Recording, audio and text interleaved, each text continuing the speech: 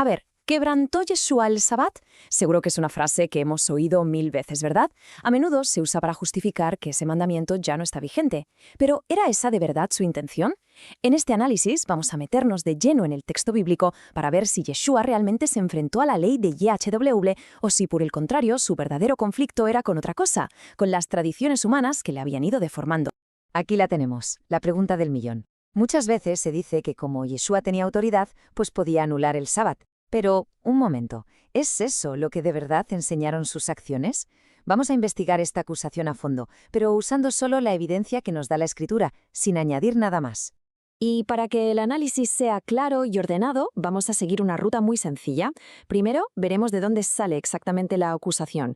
Después, diferenciaremos entre lo que es la ley de Dios y la tradición humana. Luego, nos meteremos con el principio de hacer el bien. Entenderemos qué significa eso de ser Señor del Sabbat y finalmente concluiremos viendo cómo el mandamiento escrito permanece. Venga, pues, empezamos por el principio de todo. ¿De dónde sale esta idea de que Yeshua estaba violando la ley? Es que es fundamental entender quiénes la acusaban y, sobre todo, por qué lo hacían. Y aquí está la clave, el punto crucial de todo esto. El conflicto no viene porque se esté violando un mandato escrito en la Torá, no. Nace de las interpretaciones, de las reglas extra que habían añadido los líderes religiosos de la época. Entender esto lo cambia todo, porque el debate ya no es Yeshua contra la ley, sino Yeshua contra la interpretación que los hombres habían hecho de esa ley. Es que la propia defensa de Yeshua es muy reveladora. Fijaos bien, él no dice, estoy cambiando la ley porque yo lo valgo. No, no. Al contrario, lo que afirma es que sus obras son un reflejo directo de las del Padre. O sea, si el Padre trabaja, él también. Esto nos dice que para él, sus acciones en Sabbat no solo eran correctas, sino que eran la pura expresión de la voluntad de J.H. Ravi. Vale, pues sigamos avanzando porque esto nos lleva directos al corazón del conflicto. No se trata, como a veces se piensa, de una lucha de Yeshua contra la ley de su padre. No, es algo muy distinto. Este esquema lo deja clarísimo, ¿verdad? A un lado tenemos la ley de IHWH, directa, clara, y al otro la tradición humana. Toda una red de reglas y normas añadidas que habían terminado por ser una carga, que el mandato original nunca tuvo. Este es el verdadero campo de batalla. Y esta cita es demoledora.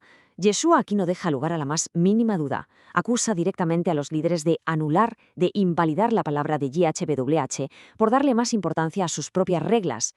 El conflicto, por lo tanto, era entre la palabra inspirada y la doctrina de los hombres. Ahora bien, vamos al grano. ¿Qué pasa con sus acciones? ¿Cómo sanar a gente en Sabbat? ¿No se considera eso trabajar? Pues vamos a analizar el principio que Yeshua establece sobre el verdadero propósito de este día. Imaginemos la escena. Estamos en una sinagoga. Es Sabbat. Y allí hay un hombre que necesita ayuda, que necesita ser sanado. Según la tradición de los líderes religiosos, sanar en ese día estaba prohibido, salvo que la vida corriera peligro de muerte. El escenario está preparado para una confrontación. ¿Y qué hace Yeshua? Con esta pregunta, Yeshua le da la vuelta a todo el debate. Lo saca del terreno de las reglas, de las prohibiciones, y lo lleva al terreno de la misericordia, del propósito original de Dios. La pregunta ya no es ¿qué no se puede hacer?, sino ¿qué es lo correcto hacer? La respuesta que se saca de sus palabras y sobre todo de sus acciones es rotunda. Hacer el bien, tener compasión, devolver la vida, no solo está permitido, sino que está en total sintonía con el espíritu del Sabbat. No es romper la Torá, sino todo lo contrario, es cumplirla en su sentido más profundo, es restaurar su propósito. Esto nos lleva a esa famosa declaración suya de ser Señor del Sabbat. Muchos interpretan esto como que tenía autoridad para anularlo, pero vamos a ver qué significa realmente esa frase en su contexto. Esto es fundamental que lo entendamos bien.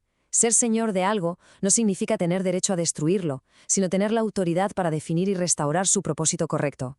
Yeshua no vino a abolir el Sabbat, sino a liberarlo de todas esas cadenas de la tradición humana que lo habían desfigurado. La lógica aquí es que es aplastante. La Escritura nos dice una y otra vez que Yeshua vivió una vida sin pecado. Si romper el Sabbat fuera un pecado contra la ley de YHWH, entonces ese testimonio sería falso. Como sabemos que no pecó, sus acciones en Sabbat no pueden ser desobediencia, sino la expresión de una obediencia perfecta a la voluntad del Padre. No hay otra. Y así llegamos a nuestra conclusión. Vamos a unir todas las piezas del puzzle para reafirmar la postura que nos presenta el texto bíblico sobre este mandamiento tan importante. En resumen, y para que quede bien claro, el patrón que vemos a lo largo de todos los pasajes es siempre el mismo. El objetivo de Yeshua nunca fue atacar o quitar el Sabbat de YHWH.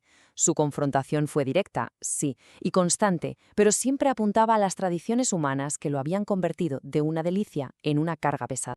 Y esta promesa del profeta Isaías resuena perfectamente con todo lo que hemos visto.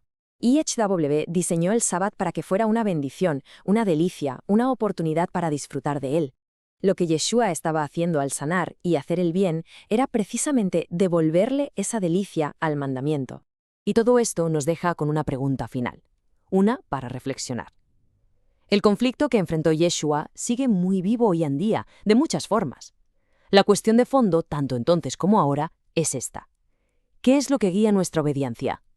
¿Nos guiamos por la palabra escrita e inspirada o por las tradiciones y las interpretaciones humanas que se han ido construyendo a su alrededor?